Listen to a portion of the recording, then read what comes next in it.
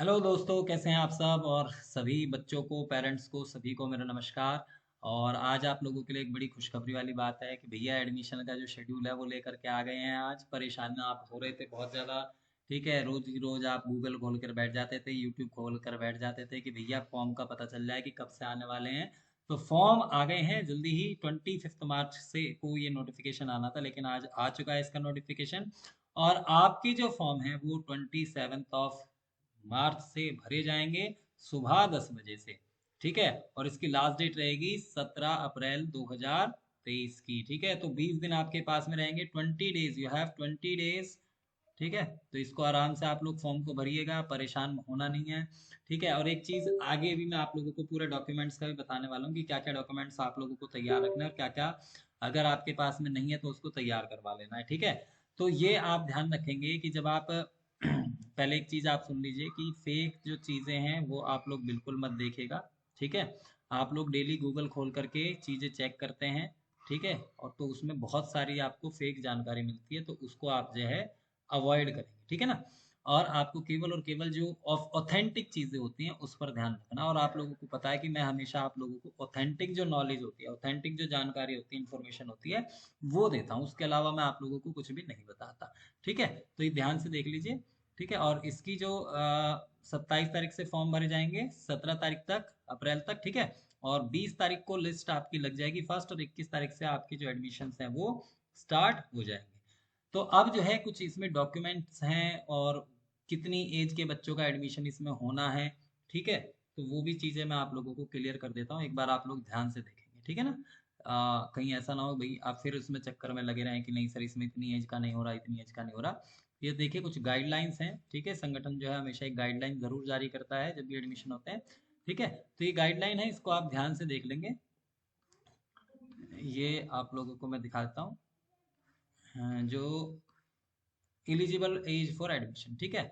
जो यहाँ पर एलिजिबिलिटी है वो फर्स्ट क्लास में एडमिशन के लिए वो 6 साल की होनी चाहिए। 6 साल से 8 साल के बीच की, यानी कि 31 मार्च को आपका बच्चा जो है वो 6 साल का पूरा हो जाना चाहिए। ठीक है। आप ये मत सोचिएगा कि भाई मेरा तो अभी अप्रैल में, यानी कि 17 अप्रैल तक फॉर्म भरा जाना है, तो मेरा बेटा, तो मेरा बच्चा, मेरा बेटा है, मेरी बेटी जो है तब तक हो जाएगी 6 साल की।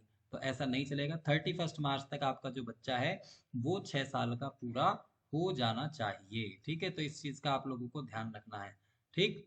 6 साल से 8 साल के बीच में बच्चे की एज होनी चाहिए। सेकंड क्लास के लिए जो पिछली बार देखिए एज का एक डिफरेंस था, वो यहाँ पर अब की बार कम कर दिया, वो उसको सही कर दिया गया है। पिछली बार 6 से 8 साल का ही था, लेकिन अब की बार उसको 7 ईयर्स टू 9 ईयर्स कर दिया गया है।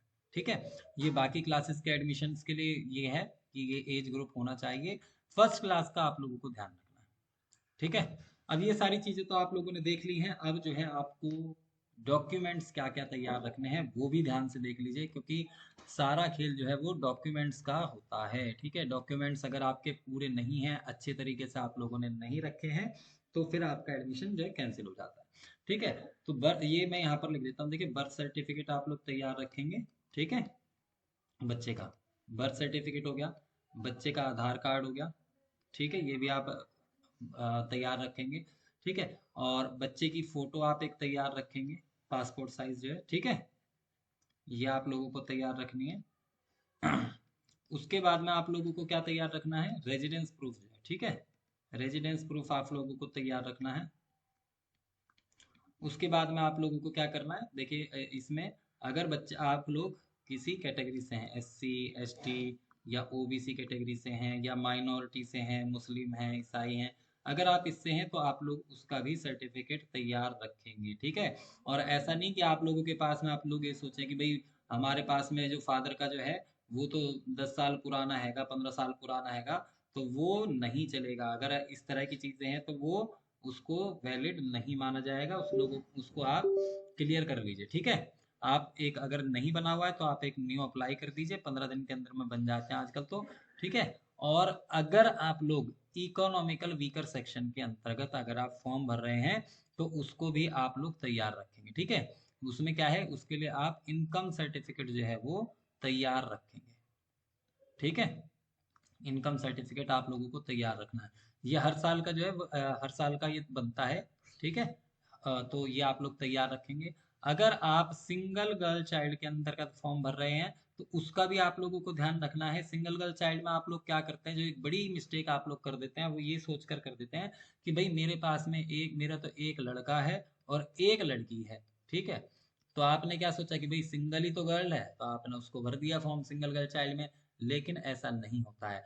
आपके पास में बेटा अगर है तो और दूसरी बेटी है तो वो सिंगल गर्ल चाइल्ड में कंसीडर नहीं होगी। कंसीडर कौन होगा, जो केवल और केवल जिनके पास में केवल और केवल एक लड़की ही है, घर में केवल एक बच्चा है, वो लड़की है, ठीक है। तो वो बच्चे पेरेंट्स जो हैं वो सिंगल गर्ल चाइल्ड में भर सकते हैं। कई बार ऐसा भी हो जाता है, जैसे कई ट्विंस होते हैं, है ना। तो वो क्या है कि वो अगर दोनों लड़कियां हैं, दोनों अगर गर्ल्स हैं, तो उसको भी क्या किस में कंसीडर किया जाएगा, वो भी सिंगल गर्ल चाइल्ड में अप्लाई कर सकते हैं, ठीक है। तो इस चीज का आप लोग ध्यान रखेंगे, ठीक है। ये तो हो गया आपका क्या, डॉक्यूमेंटेशन का काम, ठीक है। तो अब लोग आप किस चीज का इंतजार करेंगे, अब आप इंतजार करेंगे 27 मार्च का, ठीक है, और 2023, ठीक है। कब, 10 बजे, सुबह 10 बजे से फॉर्म भरे जाएंगे। तो आप लोग आराम से फॉर्म भरिएगा, टेंशन बिल्कुल मत लीजिएगा, और मजे में, ठीक है। और बिना किसी फेक वेबसाइट को देखे, ठीक है, फेक वेबसाइट्स को बिल्कुल नहीं देखना है। कई बार क्या होता है कि आप लोग का फोन जो है वो हैक कर लिया जाता है इन्हीं फेक वेबसाइट्स के चक्कर में, है ना। तो आप लोग बार बार गूगल को ये सर्च करके और इस तरह की चीजों को देखना बंद कर दें, ठीक है, क्योंकि उसमें बड़ा नुकसान हो जाता है, ठीक है। गलत जानकारी से बचिए, एकदम ऑथेंटिक न्यूज़ देखिए, ठीक है। आपको पता है कि मैं हमेशा आप लोगों को ऑथेंटिक चीज़ें ही बताता रहता हूँ, ठीक है। तो चलिए, वीडियो को आप लोग देखिए और सारी चीज़ जान लीजिए, और शेयर जरूर कर देना ताकि और लोगों को भी ये जानकारी मिल सके, ठीक है। चलिए, फिर मिलेंगे आप लोगों से अगली वीडियो में। अगली वीडियो में कुछ और जानकारियाँ आपको मैं बता दूंगा, ठीक है। धन्यवाद। और अगर आपकी कोई क्वेरी हो तो आप उसको कमेंट में पूछ सकते हैं, ठीक है। धन्यवाद।